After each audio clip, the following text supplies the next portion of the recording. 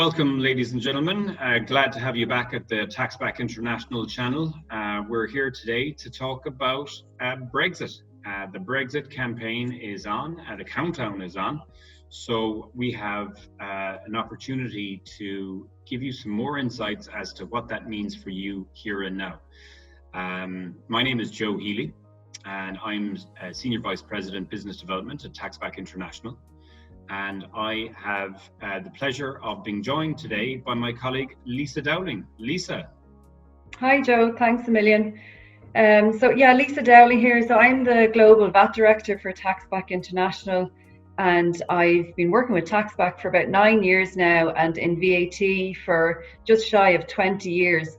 So, I've seen many changes in VAT over the years, but nothing quite like Brexit, and nothing quite like the changes that are coming in July 2021 in Europe as well. So there's so many changes happening in such a short space of time, and that it's good to kind of take some time out and just do a quick recap. Absolutely, and we really appreciate you taking that time, Lisa. We know how busy you are right now. So, as you've said, it's vital for business of all sizes to take steps to understand the impacts of any rules or regulations that will be impacting their operations after January 1st. As we know, when it comes to value-added tax, it's I've heard you say it many times, it's always the tax that people think about last. But that said, failure to implement these new requirements will hamper their ability to trade. And with the UK or for UK companies trading with the EU. And this could lead to significant delays in moving goods from or across the UK and across Europe from January 1st, 2021. So with that in mind, Lisa, let's jump right in. So can you explain exactly where we are now and give us an overview of the current position, please? Yeah, sure. As everybody knows, we're moving very quickly to the end of the Brexit transition period. With no deal on the table. So this means that there's no significant changes to the VAT rules as we know it for trade between EU and non-EU countries. So post-Brexit, the UK will become a third country, so like any other non-EU country. And so the status quo applies. So the same VAT rules that we apply now to non-EU countries trading with the EU will apply to UK established businesses post-Brexit. So that's the situation now, unless there's any deal that will kind of introduce any kind of simplifications for UK business, but we're still waiting to see if that will actually happen. That's a very good point to mention. We're still waiting for a deal. So as of now, 1st of December 2020, it looks unlikely. So we're basing all of our comments today on the basis that there is no deal. So we still have 1 month to run. Fingers crossed about that. We hope politicians on both sides can get it together. So in the conversations I've been having with our extensive client base and partner base, I see a mixed bag when it comes to preparedness for Brexit. So in your opinion, Lisa, do you think companies are prepared for the full impact of a no-deal Brexit? And subsequent to a no deal, will we see delays to supply chains in early 2021? Yeah, Joe, I think you're right. It is an absolute mixed bag with our client base. Some are very prepared, and some were really holding on to see if there would be some sort of a deal that would make things easier for UK businesses trading with Europe. It's very difficult to be prepared because some countries haven't even come out to kind of clarify if fiscal representation will be a requirement for UK businesses after Brexit. We're still waiting on details from member states about their postponed accounting mechanisms and how that will play out. So, I think UK businesses are working and European businesses are working to kind of bring their processes in line with the changes that are coming post-Brexit. But member states also, need to give that guidance, and for some countries that is missing. So UK businesses then are just unsure of, what they need to do still to this day. And then we have the added complexities coming from the 1st of July 2021 with the changes in Europe for e-commerce. And so particularly online sellers are unsure. So UK online sellers are unsure. Do I comply now? Do I have to? Because I've got this additional change that's coming from the 1st of July and how that's going to impact. So they're working to, implement the changes for Brexit for this 6-month window while we wait for the simplifications to come into play for e-commerce in Europe. So, there is this kind of black hole after Brexit as well, this 6-month period, particularly for online sellers. So that's what we're kind of trying to work through with our clients at the moment. Very good. Now you do mention online sellers, but as most people will be aware, we have an extensive client portfolio, which would be 12,000 customers in 120 plus countries. We have some of the largest companies in the world right through to the smallest. We would have certainly over 200 Fortune 500 clients on our books. So our portfolio spans across all verticals, from manufacturing to fast-moving consumer goods to pharma. What type of companies will be at particular risk of having their processes impacted, Lisa? So I think any business that's moving goods as well throughout Europe post-Brexit, any company that requires a new registration or fiscal representation as a result of Brexit will see a practical impact to their VAT processes. So as you say, we have many clients with mixed industries, and so we're working with our clients to kind of assess the movement of the goods throughout Europe and what kind of current simplifications they might have in place, and then post-Brexit what will happen with those simplifications. So we have many companies that are using the current call-off stock simplification in Europe, where they are able to move consignment of goods into a country for a particular customer of theirs, and that customer is allowed to call off that stock, and the simplification allows them then the supplier not to have a registration in that country. It's just reported as a dispatch by the supplier and reported as an acquisition by the recipient. So that's a simplification that's in place in Europe at the moment. Post-Brexit, that will be gone. So we need to look at the industries or the companies that are affected by the lack of that simplification now for a non-EU business, and what that means, and whether then a registration will be required. And then on from that, will fiscal representation be required? And then on from that again, do they need to put a guarantee or a deposit in place? So there's many steps in the process that we need to assess when we're dealing with movements of goods post-Brexit. And that's only from the VAT point of view. Like, businesses are working today, to make sure that goods will still move post-Brexit. So there is a huge customs focus at the moment, and then VAT follows on from that. So people are concerned, will I be able to recover my import VAT? So I think the main thing there is to just make sure, if you are the importer, that you are then mentioned as the importer of record on the single administrative document. Make sure you've checked your EORI requirements, so electronic operators registration and identification number. Make sure you've checked that you have one in place, so that there is no delay at the border. And then on from that, make sure that you're the importer of record if you are importing goods, so that you can declare that in your VAT return, or you can recover that import VAT. Absolutely. That's fantastic advice, Lisa. It was only yesterday I had a meeting with a very large manufacturing client of ours who utilize that call-off stock simplification in Belgium at the moment. Mm-hmm. So clearly this is going to have a massive impact on them from January 1st. And I know they're working very closely with our VAT specialist team at the moment to restructure their business, to take care of their Belgian VAT registration, look at our fiscal representation network and avail of that and leverage that, and of course ensure compliance in January. So it's great peace of mind for our clients to be able to turn to us and say, we need your help here, what's your advice? And once we give them that advice, then to execute the decisions that we make on that call on their behalf to make life again simple for them. That is complex, as we always say, and we make it simple, that's for sure. So Lisa, you did reference online sellers, and I know that is an area that is definitely due to lockdown has exploded. Is there anything else you'd like to add around online sellers and the impact for them? Yeah, so online, like I mean, that's a lot of our conversations are with online sellers at the moment, and UK and then EU online sellers. And so what we're finding is that everybody has a different solution, and everybody has a different way that they distribute their product around Europe. So it's very important that we talk to our clients and figure out what their supply chain is. We have many UK sellers that will continue to fulfill from Europe, and that will become the importer of record in Europe to facilitate the easy movement of the product to their consumers.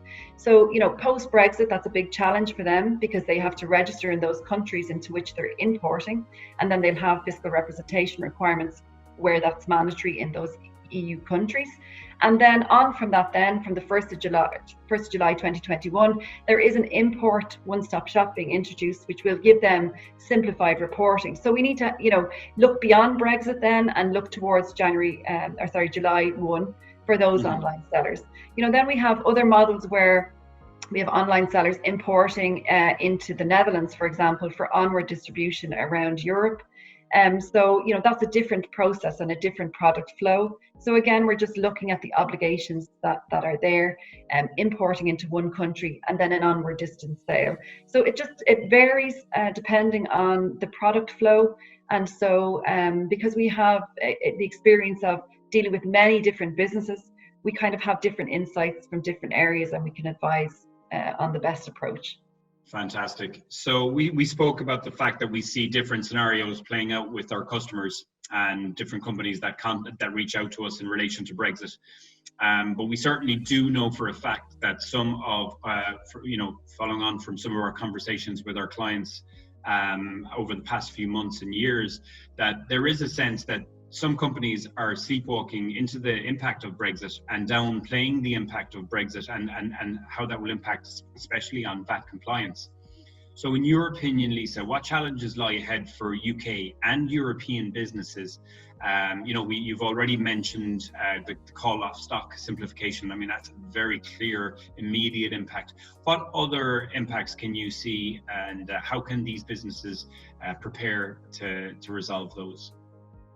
Yeah, so I think, the biggest thing is just the change in compliance and what needs to be reported in your VAT return, and the additional cost that's associated when you have fiscal representation requirements, and just the timing of trying to get bank guarantees in place. That's not a very simple process, or having to put deposits in place. Even the calculation of deposits, is another step in the process.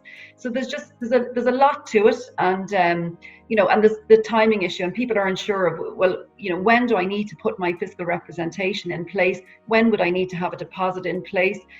So we are dealing with the end of the transition period for Brexit. And so from the 1st of January, those requirements are there, but they need to be in place for the submission of your first return post-Brexit. So there is a little bit of leeway there, and we expect that there will be leniency, particularly in countries that are still unclear or haven't given a lot of guidance.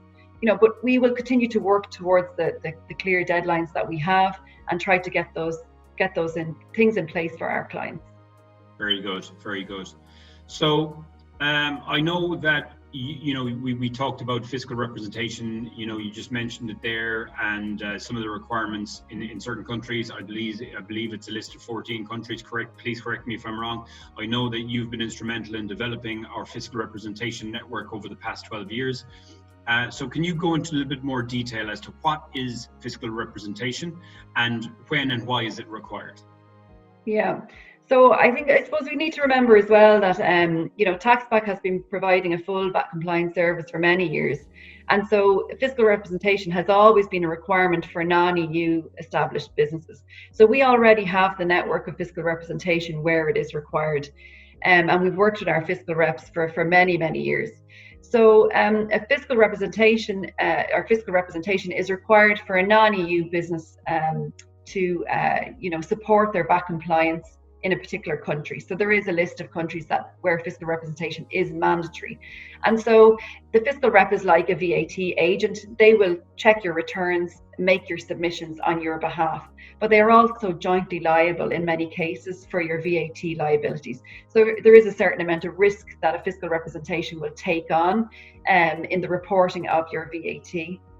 And so this is why there's guarantees and deposits that need to be put in place, either with the tax, in favor of the tax office, or in favor of the VAT representative, to kind of manage, or, in relation to that risk that they take on. So yeah, that's their role, to make sure that you are VAT compliant, to check your workings, and to make your submission to the tax office. Very good. And because that's such a significant undertaking, it's not something that can be done overnight. There's, quite a lot of detail required, and a bit of time involved to get it set up, to get our clients set up with a fiscal rep in a particular country. What are the timelines we're looking at? And, I suppose, shouldn't companies really act right now if they feel that they have an issue? Yeah, so I suppose it's easier if you're already registered in the country, and you're already using the services of Taxback International. So where our clients are UK businesses, that we're already filing your VAT returns in Belgium, for example, and now you require fiscal representation. The process is quite simple to appoint Taxback's fiscal rep as your fiscal representation for Belgium. The complexity comes just in the calculation of the deposit. So there is a risk assessment that's done then in relation to the returns that you're already filing. But again, if you're using our services already, we have the information, we have your history, and so we can quickly calculate the deposit that's required, or the bank guarantee that's required. The timing, again, for post-Brexit, the fiscal representation has to be put in place in advance of your first submission. So if you're a monthly filer in Belgium, then it would have to be in place for the submission in February of your January VAT return. So there is added complexity if you're registering for the first time. That's where the time kind of goes into it. So to pull the documentation together to just submit a registration application takes time, and then it's usually 6 to 8 weeks for you to receive a VAT registration number. And then on top of that, the added complexity of appointing your fiscal representation and working out your bank guarantee or deposit. So it depends on the scenario. If you're already registered, it's definitely a lot more straightforward. If we already have your history, it's a lot more straightforward. And so the process is quite quick. Very good. And, again, it's probably something that companies have resolved before now, but as we know, many more have not. I know you and I are working on a number of projects at the moment.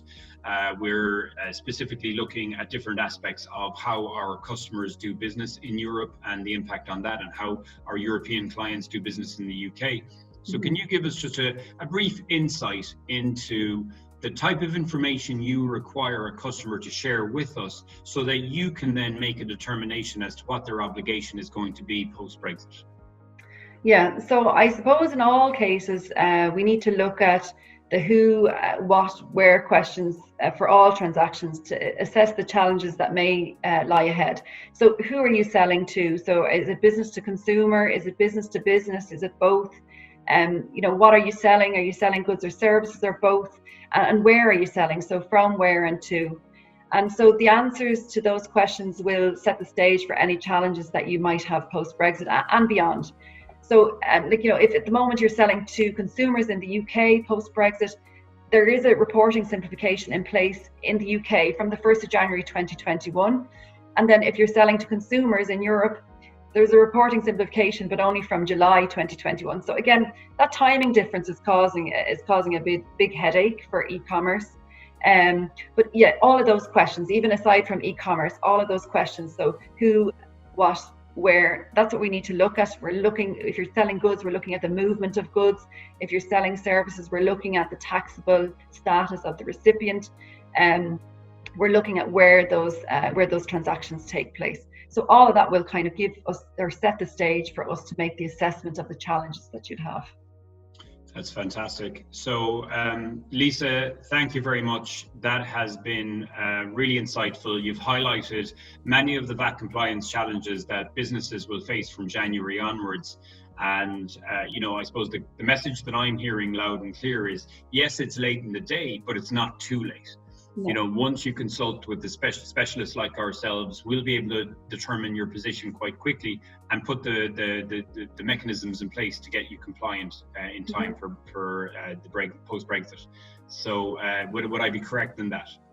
Yeah, absolutely, Joe. So we're still working with many clients that are, they've been working at the customs issue, they're looking at the VAT issue, it's step by step. And so, we're working hand in hand to get the processes in place and up and running from the 1st of January 2021. And then, as I say, that's just the first step. We've got an onward changes coming 1st of July 2021 and beyond. VAT is really changing rapidly. And so it would be great to, continue the communication with our clients, just to keep everybody up to date on those changes that are coming down the line. Wonderful. Thank you, Lisa. So there you go, folks. You heard it from our own Lisa Dowling first. It's not too late. Take the positive step today of speaking with a VAT specialist at Taxback International, so that we can guarantee your compliance and maintain your compliance into 2021 and beyond. Thank you very much, everybody, for your time today. And thank you, Lisa. A pleasure as always.